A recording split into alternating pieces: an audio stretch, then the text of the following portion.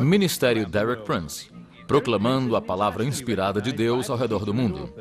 Derek Prince é reconhecido como autor e professor com livros, áudio e rádio.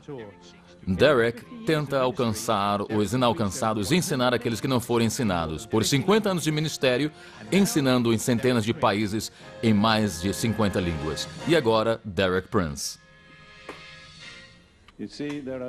Você vê, há duas maneiras de ser imergido. Há a maneira da piscina, onde você entra na água, debaixo da água, depois sobe da água, é o batismo na água. Mas depois há a maneira da cascata de Niágara. Eu lembro-me da primeira vez que eu vi a cascata de Niágara, eu disse para mim próprio, um segundo estando debaixo daquela cascata e eu fico encharcado. Isso é o batismo no Espírito Santo. Todo lugar onde descreve ou indica de uma maneira ou de outra o Espírito Santo vindo, vem de cima. Então estamos falando de duas imersões. Imersão na água, e você tem de entrar nela, debaixo dela, depois sai dela. Imersão no Espírito Santo, você fica lá debaixo e ela vem sobre você. Em outro caso, você está totalmente imerso, não parcialmente, não borrifado, mas totalmente imerso.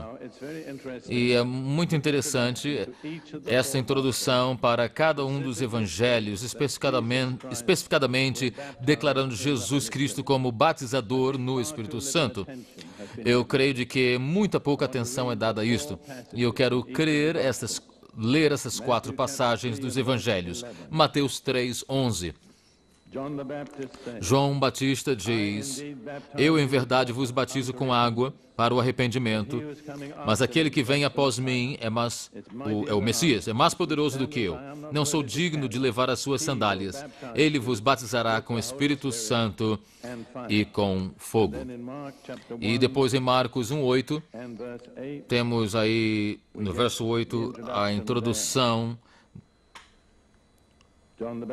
João Batista falando, ele diz, e eu em verdade tenho-vos batizado com água, ele porém vos batizará com o Espírito Santo. E depois em Lucas 3:16, a versão aí que é dada por Lucas diz, respondeu João a todos dizendo, eu na verdade batizo-vos com água, mas eis que vem aquele que é mais poderoso do que eu, a quem eu não sou digno de desatar a correia das sandálias. Esse vos batizará com o Espírito Santo e com fogo. Então, no Evangelho de João, no capítulo 1, verso 33.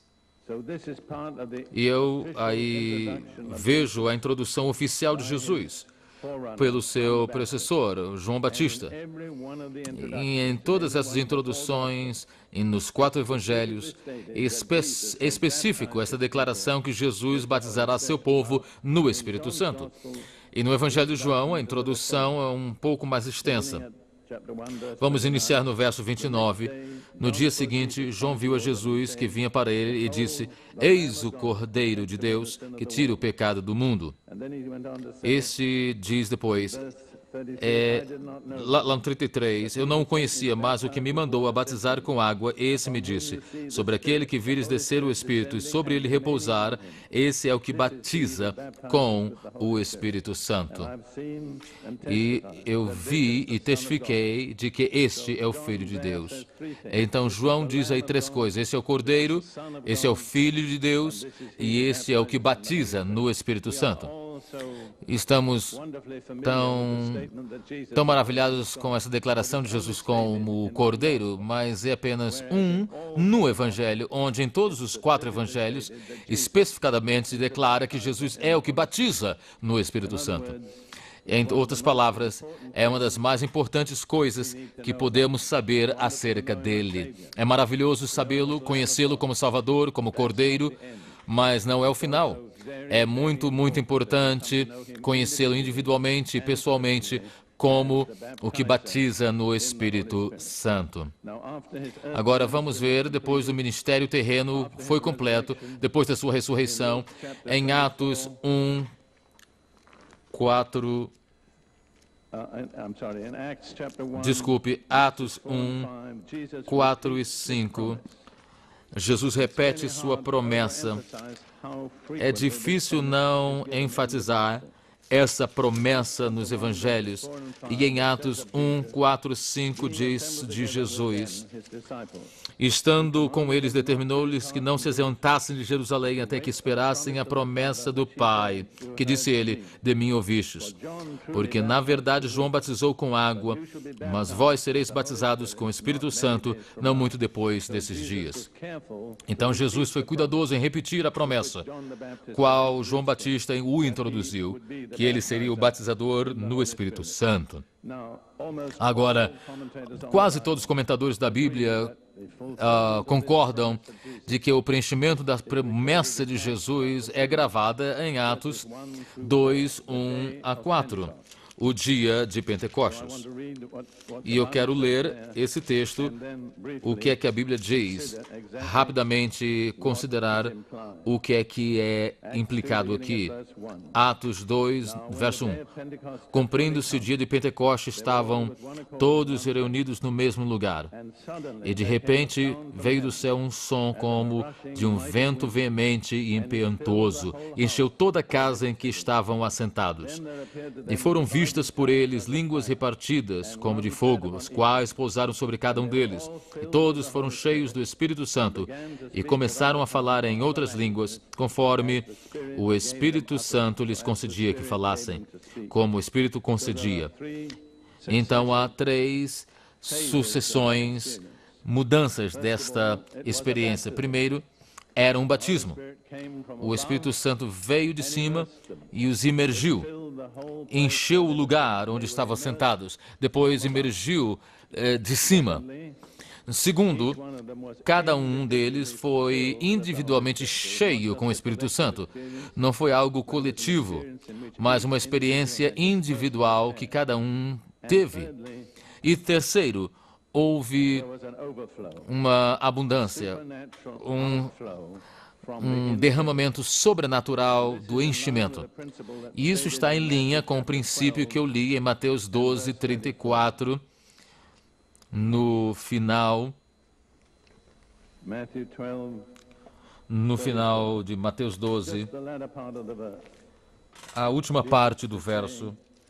Jesus diz aí: porque da abundância do coração fala a boca.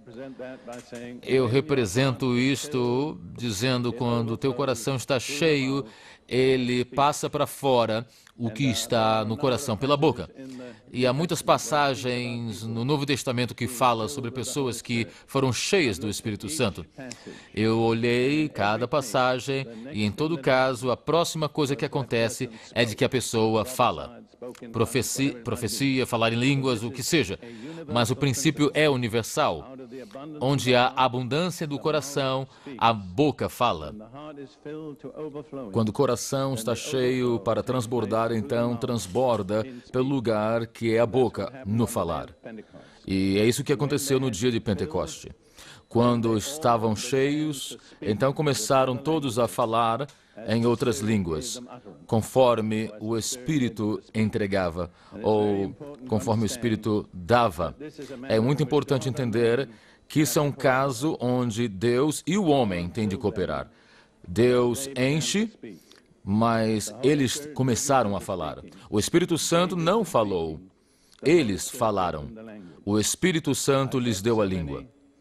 Eu encontrei pessoas nesses anos de meu pentecostalismo, pessoas que disseram: irmão Prince, eu quero que Deus faça tudo. Encontrei um homem que disse: tenho esperado 25 anos. E eu disse: você vai continuar a esperar o resto da vida, porque isso não é bíblico.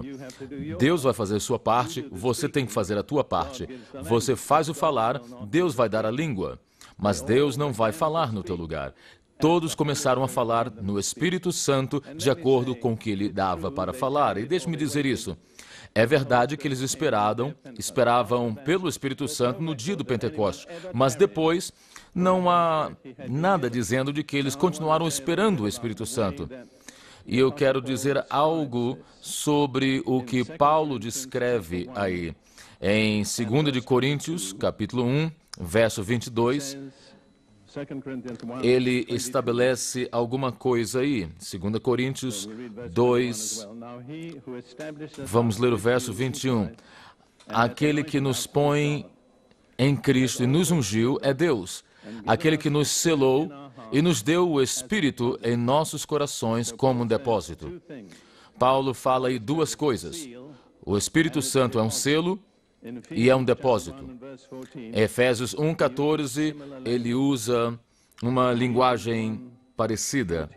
Efésios 1:14, ele diz, no 13, em quem também vós, em Jesus, estáis, depois que ouvistes a palavra, fostes selados com o Espírito do Santo da promessa, o qual é o penhor da nossa herança para a redenção da possessão de Deus, para louvor da sua glória.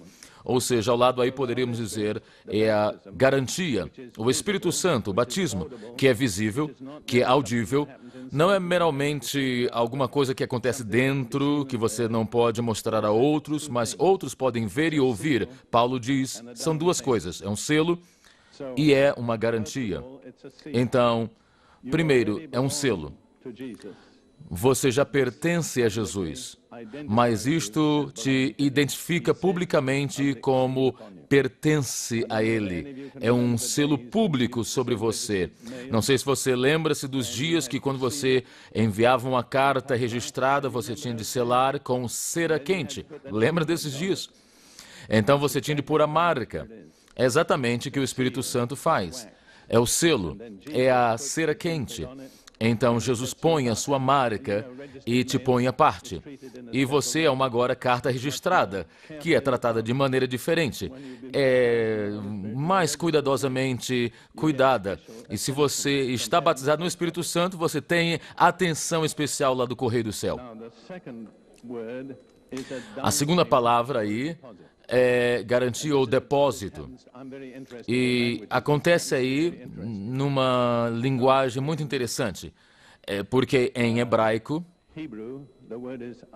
a palavra hebraica é arbon. Arabon. Em árabe é arbon. Em Swahili é arabuni. Em outras palavras, a mesma palavra vai ao redor aí. E eu falei um pouco de árabe quando vivi em Jerusalém, anos atrás, com a minha primeira esposa, e eu lembro-me deste cenário. Em 1947, tínhamos acabado de nos mudar na nova casa em Jerusalém e precisávamos comprar pano para as cortinas e fomos na cidade velha e encontramos um homem que vendia cortinas e eu falei que precisávamos, não sei exatamente, mais ou menos 20 yardas de pano e o preço era tipo $5 e o preço total era tipo $100. E eu disse ao homem, escute, não tenho todo o dinheiro agora, mas vou te dar 1/5 do dinheiro, ou seja, $20 como depósito. Sabe o que é que ele chamou isso? Arbon. E nós dissemos, agora, quando nós te dermos esse depósito, você tem que lembrar duas coisas. Pertence a nós, e segundo, você tem de pôr o lado, porque não pode vender a outra pessoa, porque é para nós. Segundo, nosso depósito é uma garantia de que nós vamos voltar para pagar o resto do dinheiro e pegar a fazenda. E é isso que o batismo no Espírito Santo é. Jesus põe o depósito em nós e nos põe de lado, porque ninguém pode nos usar. E segundo, é a sua garantia. Eu estou voltando para vós. E quando voltar, eu vou fazer o resto do pagamento. E sereis para sempre meu. É algo brilhante, uma fotografia viva do que o batismo no Espírito Santo é. Agora, o que é um selo? É uma pergunta que as pessoas podem disputar. Mas eu quero dizer o seguinte, de que, pelo que eu creio, o Novo Testamento indica um selo. E eu estou falando do falar em outras línguas de acordo com o Espírito Santo nos deixa falar. E eu estou em alerta, e provavelmente vocês sabem, em outros movimentos, tipo os Rastafarians e outras culturas que parece que eles falam em línguas, e talvez alguém fique com medo. Como é que eu sei de que eu vou falar a coisa certa? Mas Jesus disse, se você é filho de Deus e pedir ao Pai pão ou um ovo, Ele não te dará uma cobra, certo? Em outras palavras, se você pedir a coisa certa, você tem uma garantia escrita de Deus que você vai receber a coisa certa. Não fique com medo. Se você não é filho de Deus, então essa promessa não é para você. Mas se você é filho de Deus, Jesus disse, pedirdes ao Pai, pelo Espírito Santo, Ele te dará.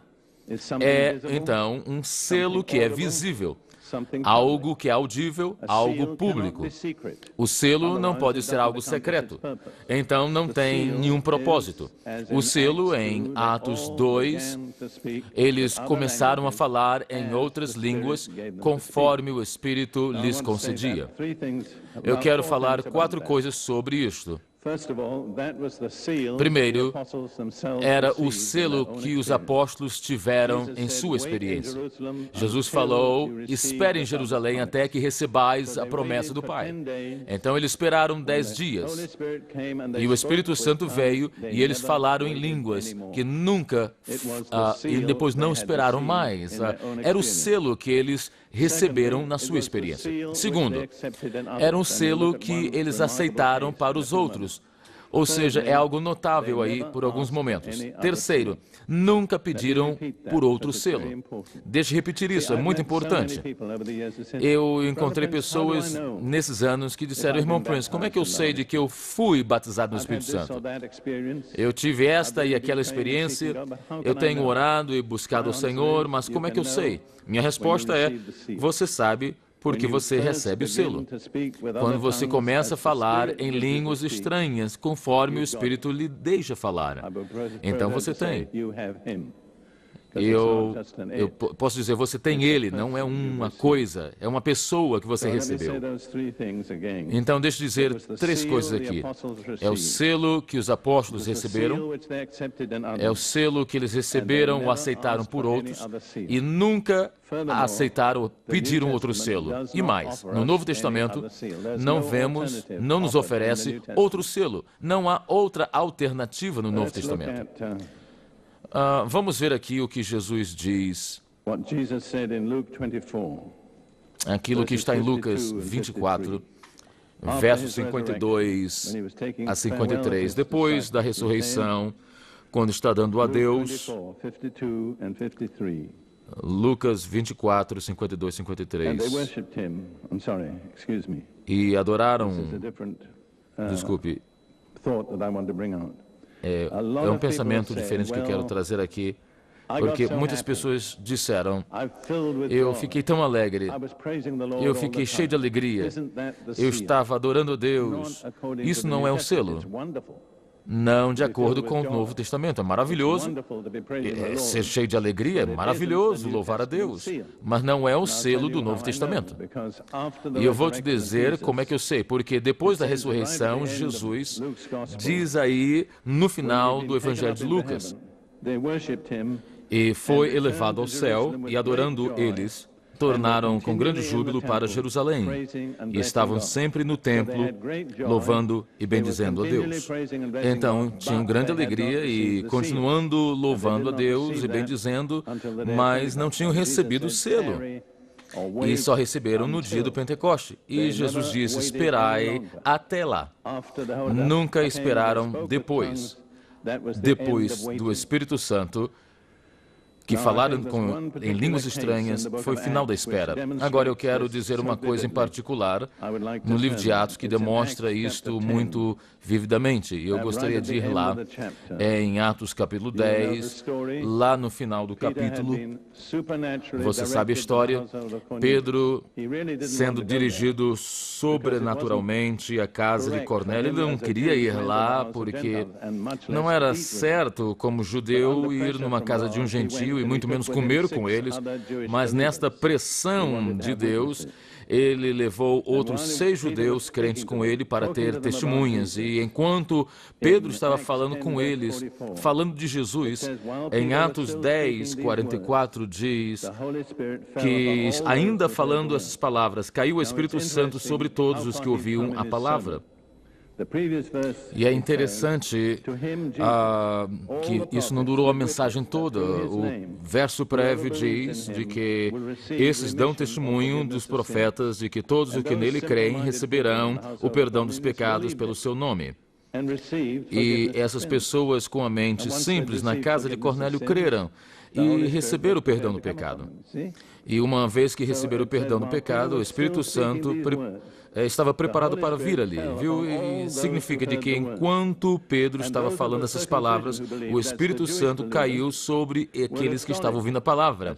E os da circuncisão que creram, os judeus, estavam pasmos e vieram a Pedro, porque o dom do Espírito Santo tinha sido derramado sobre os gentios. Lembre, vieram ali sem crer de que o Evangelho era para outros. Eles não criam de que o Evangelho era para os gentios. Mas quando viram em falar línguas estranhas, eles disseram, é isso, não podemos discutir. Porque creram, porque ouviram falar em línguas estranhas e magnificar a Deus. Não viram outra evidência e não pediram outra evidência. Agora, muitas pessoas hoje querem... deveriam esperar 6 semanas para ver se há fruto, mas não. Não estamos falando de fruto, estamos falando de um dom.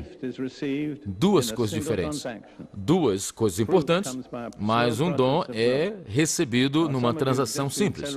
O fruto vem num processo de crescimento.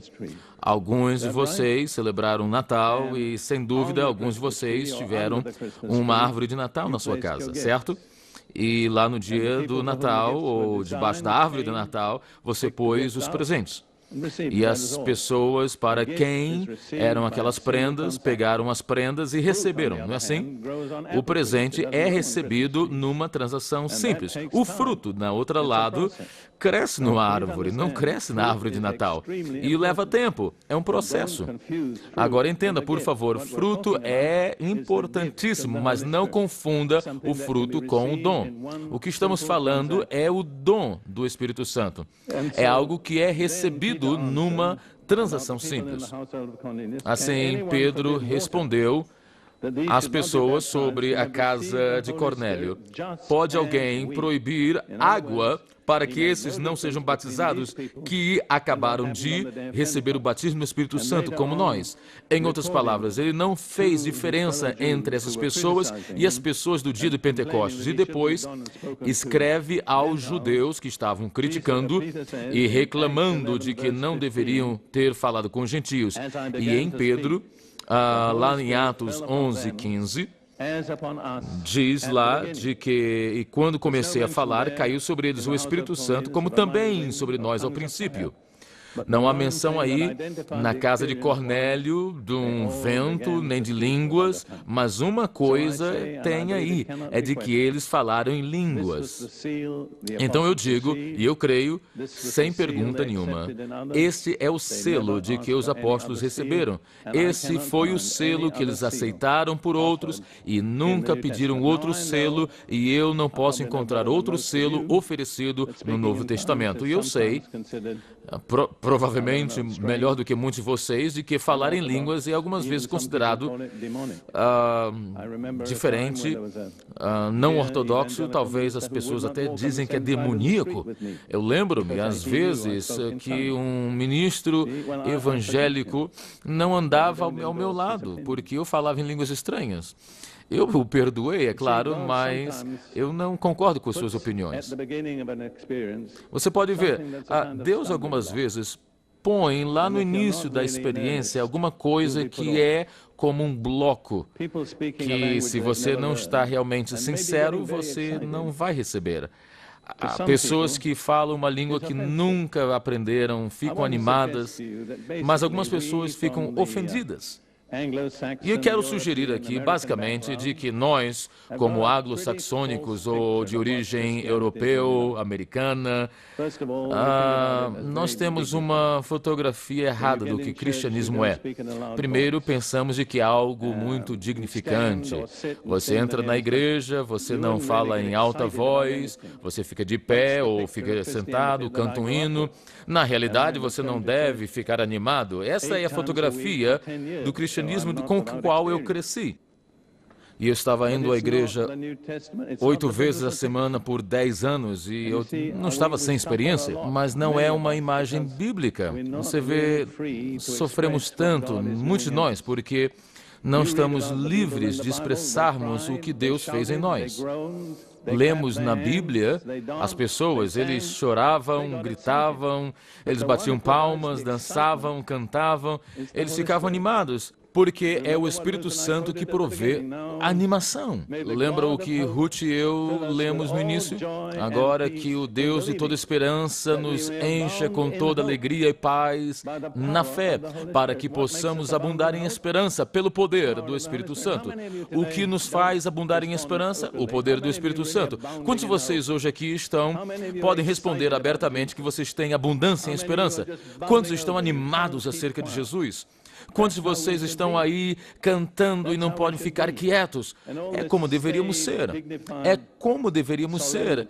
E todo esse estado de solenidade, dignificação, não está no Novo Testamento? E eu vou vir a alguns exemplos depois. Mas vamos continuar aqui. Agora, há duas maneiras que o batismo no Espírito Santo é administrado no Novo Testamento. Um é diretamente do céu e apenas cai sobre as pessoas. É o que aconteceu no dia de Pentecoste. Foi o que aconteceu na casa de Cornélios. Outra é pelo impor das mãos, e é descrito em 3 lugares. Então, Paulo recebeu pela imposição das mãos de Ananias. Então, Paulo recebeu pela imposição das mãos de Ananias. E em Atos 19, há uma passagem que vemos ali, outra situação. Paulo, em Éfeso, numa situação com discípulos, perguntou se tinham recebido, e disseram, nós nem ouvimos falar do Espírito Santo. E descobriu que não eram nem discípulos de Jesus. Ele descobriu que eram discípulos de João Batista. Assim, ele disse, bem, era bom nos outros dias, mas agora você precisa ser batizado em fé em Jesus. E foram batizados em água. E depois ele disse, e quando Paulo pôs as mãos sobre ele, receberam o Espírito Santo e começaram a falar em línguas e profetizar. Deixe-me sugerir isso. Não pare de falar em línguas. É maravilhoso também profetizar. Deus não está com ciúmes. Ele pode te deixar experimentar isto. Quais são os propósitos do batismo no Espírito Santo? O propósito primário, real, é receber poder sobrenatural de Deus. Isso é como Jesus expressa em Atos, capítulo 1, verso 8. Atos 1, 8. Jesus estava para deixar, e foi quase a última coisa que ele falou. Na realidade, são as últimas palavras de Jesus na terra. Ele disse, mas recebereis poder quando o Espírito Santo vier sobre vós.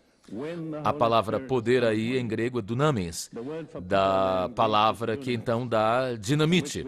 Dinamite é o que causa explosão, e se você observar, quando o Espírito Santo desceu, causou uma explosão.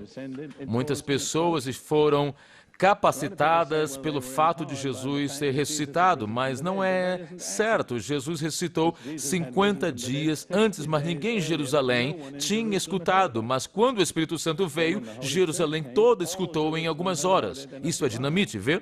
É uma explosão. Algumas pessoas não querem a explosão, estão com medo. Bem, se é o Espírito Santo, então eu digo, deixe explodir. Deixe ele fazer o que ele quiser. Eu nunca me pendurei dos candelabros, como algumas pessoas fazem. Não sei exatamente se é o que Deus quer que eu faça, mas eu não creio de que Ele me liderou, guiou para essa direção. Mas o que é que receberam? poder para ser testemunha. Recebereis poder depois que o Espírito Santo vier e sereis minhas testemunhas. Você vê, a mensagem do Evangelho é sobrenatural. Não é algo natural, eventos naturais, é algo totalmente sobrenatural. Jesus morreu, foi sepultado, ressuscitou, é algo sobrenatural. E se você vai testificar de alguma coisa sobrenatural, você precisa de poder sobrenatural. Um pouquinho de teologia não é bastante, você precisa ter poder. E as pessoas estão discernindo. E pecadores muitas vezes têm mais discernimento do que cristãos. E eles sabem o que é poder sobrenatural. Eles escutam. E eu descobri isso em muitas culturas. Os pecadores podem discernir a presença do poder sobrenatural. E faz algo para eles. Lhes dá um mandamento de atenção. E é o que Jesus falou. Lhes darei poder e serão minhas testemunhas. E em Romanos 15, 18 a 19, Paulo então fala sobre o seu próprio ministério e ele diz: porque não ousaria dizer coisa alguma que Cristo por mim não tenha feito para a obediência dos gentios, por palavra e por obras, pelo poder dos sinais e prodígios, na virtude do Espírito de Deus. Então Paulo diz de que o que nós podemos falar do meu ministério são as coisas de que o Espírito Santo fez. Eu não vou nem mencionar algo mais. E ele diz, o Espírito Santo, pelo seu poder sobrenatural, pelos sinais e maravilhas, fez os gentios e os não-judeus, o povo não evangelizado, obedecer. E eu tenho tratado com gentios em muitos países. E sempre penso nos meus 5 anos no leste da África e eu era um professor num colégio na África e treinava, e muitos africanos tinham ambição de ter educação. E eu via de que eles estavam desesperados, queriam e vinham ao colégio, eram estudantes, eram cooperativos, eram obedientes, porque queriam educação. E o que os missionários dissessem, basicamente, eles iriam fazer. E lembrei-me um dia de ajuntar os estudantes e disse-lhes, eu quero dizer algo. Quero agradecer-vos pela sua obediência, pela sua cooperação. O que nós queremos que vocês façam, vocês fazem porque vocês querem educação. Mas eu disse, nas mentes da maior parte de vós tem uma pergunta que não foi respondida. E eu peguei a atenção deles. Eu não posso dar-vos a resposta. E então estavam com muita atenção. E eu disse, a pergunta é esta. É a Bíblia realmente um livro para os africanos que podemos crer? Ou é uma religião dos homens brancos que não funciona na África? E é exatamente o que os anciões ali estavam perguntando. E eu disse, escute, nunca saberão a resposta até que experimentem o poder sobrenatural de Deus nas vossas vidas.